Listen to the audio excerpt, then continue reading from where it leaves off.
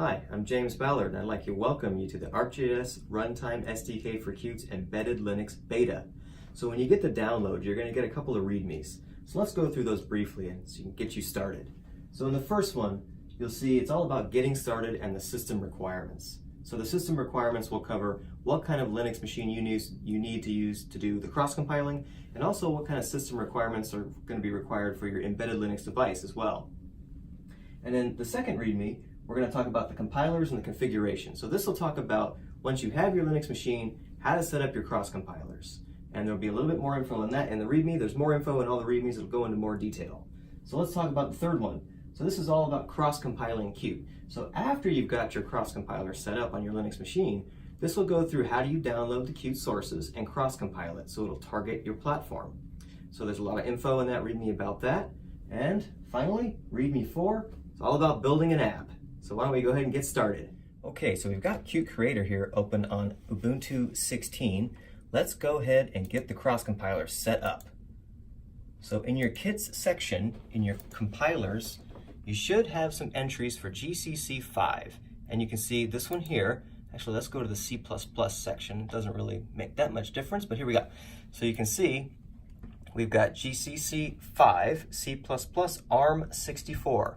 And you can see this is the compiler it's going to use. It's ARch Linux GNU G++-5. So we talk about this more in the compiler section. This is the one that we recommend you use and the one that we've used to compile Qt. So let's go ahead and get the DSA set up. This is the Dynamic Situational Awareness app for Qt.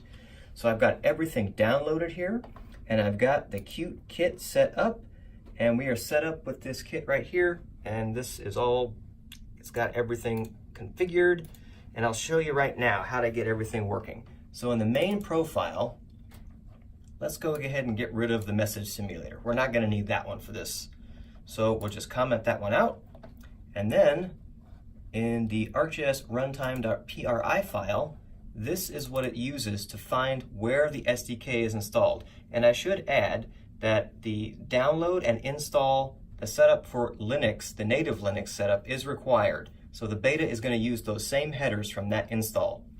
So what you can see is I've commented this line out. This is the one that we use to locate where the SDK install is, so we can tell the linker where to link the libraries and where the headers are. And I've replaced it with this path here to the one from the beta. So it's the same file name, but you can see this is my local file system path here. And this is where the beta is. So if we open that one up, you can see we've got all these great messages in here, and this kind of sets everything up for you. So you don't have to worry about all this stuff. We've taken care of it all for you. So we'll go back to here, one file back. Let's go ahead and run QMake. So file or build QMake. Here we go. Perfect. And you can see you should get this message. ArcGIS Runtime for Linux ARM64 Beta, version 100.4. Perfect. So we'll go ahead and build. Go ahead and hit this guy right here, and should fire off the build. And if everything's configured, you should see everything's going along as normal. And you can see in the output here that this is the compiler it's going to use. This is the one that we've configured with the kit. So this is ARch64 Linux GNU G++5. Go ahead and go to the end here. Everything is building away. We're looking good. Should be nearing the end here. I think this should be set up to do parallel compiles. Oh, and we're done. Perfect. All right.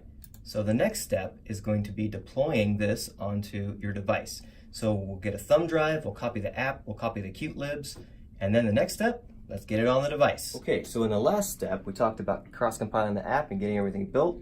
Now here, we've got the device here, and we've got the thumb drive with the data, we've got the app, we've got the Qt libs. So here, we've got the NVIDIA Jetson TX2. Got a thumb drive hooked up, we got everything copied across.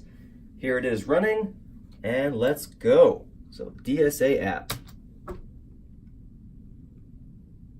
All right, so here it is running on the Jetson. All right, let's get some analysis going. How about a 360 view shed? There you go. live viewshed, calculated on the fly on an embedded Linux device. So this is just one of many things you can do with the embedded Linux beta. So we're excited to see what kind of things you will do. If you hit problems, anything you want to tell us, let us know on the forums. We'd love to hear it. We're looking forward to what kind of apps you will build. We look forward to hearing from you. Thank you very much.